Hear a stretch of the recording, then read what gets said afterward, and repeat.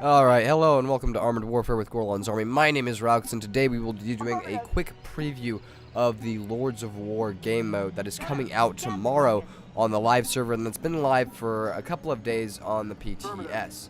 Now, what is Lords of War? It is essentially a 5 versus 5 PvP game mode for people who want a more coordinated, more controlled experience in the game, something a little tighter, something with maybe a team of friends, and they want to get together and play a little more competitively than random public matches. Now, good things to know about Lords of War is that it's 5-man only teams when it comes to the NA server. It may be different for the EU server, but right now it's just 5v5 for NA, so you only have to have 4 other friends to make a team and join Lords of War. Another thing is you can be part of 5 different teams total. So you can be on 5 separate teams and still play with all of your buddies. You can have multiple teams and play on all of them and be competitive that way. So if one team isn't online, you can hop on with the other team and you'll do just fine. So that's the teams of Lords of War. What about if you have only 4 guys on your team and you can't manage to find a 5th person? That's where the solos come in. Solo players can join in Lords of War to fill out the ranks in those teams. They'll jump in. They're basically mercenaries that'll hop on your team and allow you to fight against the 5v5. There is a little disadvantage to having them simply because you're not on comms with them and you don't know how well they communicate or what they do. So that's the teams of Lords of War. Some of the prizes are... Actually, I'm getting a little bit ahead of myself. First, let's talk about tiers and game mode. So Lords of War is fought at all the tiers, from tier 3 and up, on a lot of different maps. Each map is locked to a certain tier and a certain time. Each map is only up for about 2 hours a day in Lords of War game mode.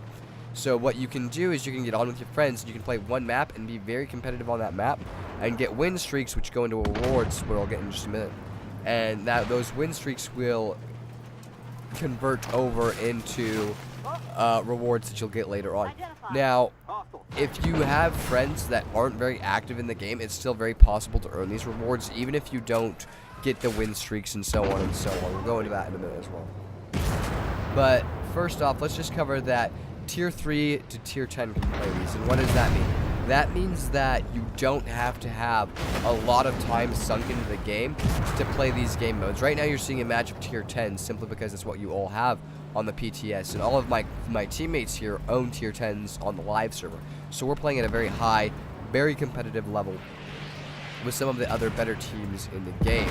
This allows us to get better rewards faster, whereas if you play the lower tiers, I believe it's a little slower to get the rewards, and it's a little lower tiered gameplay.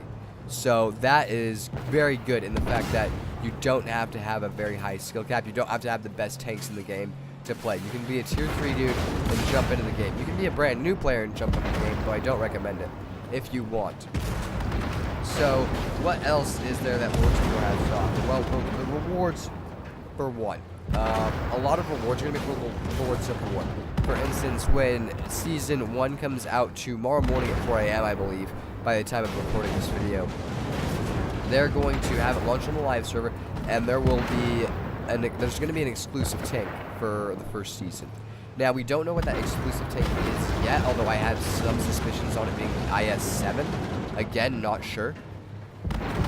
However, the tanks aren't just for the top players in the game. They're going to have 2 versions of the tank. One for the amount of prestige you earn, which is the amount of experience you gain from a Lords of War battle.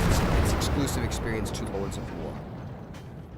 And what that means is if you get so much of that, you'll get a version of the vehicle. Not the super shiny special one, but perhaps a good one that acts the same way without the skin. Which is really nice of them to do so that players in the not top 5% can still play the game and get these awesome tanks. So you don't need a super dedicated base to get here. Again, the maps are only open for about 2 hours a day, which means you only need to put in about an hour. And as long as your team is playing effectively, you'll get the rewards. If you're consistently winning with the same team, then that team will move up and get prestige faster, that special experience. A thing to note is that you cannot change your lineup to the team or it will reset your prestige and win streaks. For instance, if you've got 5 guys with you, one guy has to go, you know, it's late, he's got to get to bed to work in the morning. If he leaves and you guys queue up as that team and you decide to fight without him, you're going to get a little warning that pops up and says, hey, it's going to reset your win streak. Do you really want to do that? And I don't recommend resetting your win streaks because they are very difficult to hold on to. And the more win streaks you get, the more prestige you get, and the more likely you'll get those better rewards. Some of the other incremental rewards, aside from the exclusive tanks as you move up the prestige levels, are in-game credits, premium time, crates, certain decals and titles. It's really awesome what they're doing. There's also a weekly win streak reward, a monthly win streak reward, and a seasonal win streak reward, which I think is awesome. It allows you to play really well and get some really exclusive rewards for your tanks, and none of them are game breaking. There's no real game breaker until we see what that exclusive tank is like, and I don't think it'll be overpowered. I think it'll be well within the confines of the games. Then I think we'll be fine. So another thing to note is that you can start really low at a low skill level in Lords of War, and you can move up to a very high skill level. There's a very high skill cap at tier 10 because you're facing the top teams and battalions there who are constantly changing tactics and lineups and everything. It's a very effective game. What you see here is me playing against a team with, we played this team before and we know there's at least one random person on the team, whilst our team consists of 5 consistent players, so we know we have that advantage already, which is huge. So, with how the rewards work a little more in depth, each match you play, you'll get a certain amount of prestige points. And when you start out, it's going to be a low amount. Okay, and the prestige points stack up kind of like experience, but the more games you win, the more experience, the more prestige you win. For instance, if you win 5 games in a row, you're going to be earning more prestige when you win your 6th game than you did when you won your 1st game. Even if it's an easier game for you, the fact that you've won so many games in a row means it's built up. Also, if you knock down a team that has a win streak, you'll get more prestige for that. So that's something to be on the lookout also, is everybody's going to play very aggressive in this. Simply because knocking down teams with win streaks will net you better rewards and experience and so on. And they're also keeping the maps tier locked. So for instance, Cold Strike right now is tier 10 only, I believe. I think it might have some tier 8 gameplay. But there's no tier 3s fighting on Cold Strike. Tier 3s are fighting on what I believe is River Point is the map most tier 3s are fighting on. Tier 4s were fighting on Lost Island when I last checked it. And so on and so on. So I think it's really good that Armored Warfare is including all of these different skill levels and tiers into the competitive game mode, allowing you to earn these tanks. As of right now, I don't see any way in PvE to earn the special exclusive tank. Hopefully something comes out for you guys so you can get it too without being forced to play this. However, I would give Lords of War a shot. It's an amazing game mode. It's even for PvE players, simply because you're on with your team. And when you're on a team like this with all comms and everything, it changes the gameplay entirely. You know where everybody's at, everybody knows where everybody's going, and you don't have one guy derping off in the back of the map doing nothing because he has no idea what he's doing at tier 10.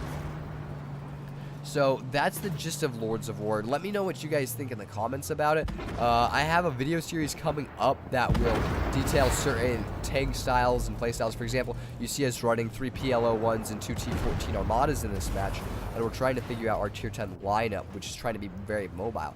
And I'm going to cover a lot of tanks and tactics in future videos, my Lords of War Generals series, where we'll take you through and I'll teach you how to learn Lords of War and how to be successful in it very quickly, rather than just getting your butt handed to you enough times before you know what you're doing.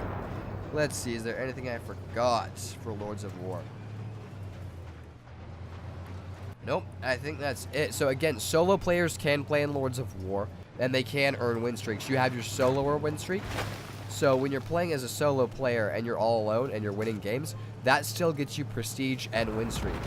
It doesn't count as a team prestige and win streak, but it does count for yourself, and you can earn rewards that way. That's all I have for this video, guys. Thanks for joining me. Go ahead, smash that like button, subscribe for more videos, and I'll see you guys next time.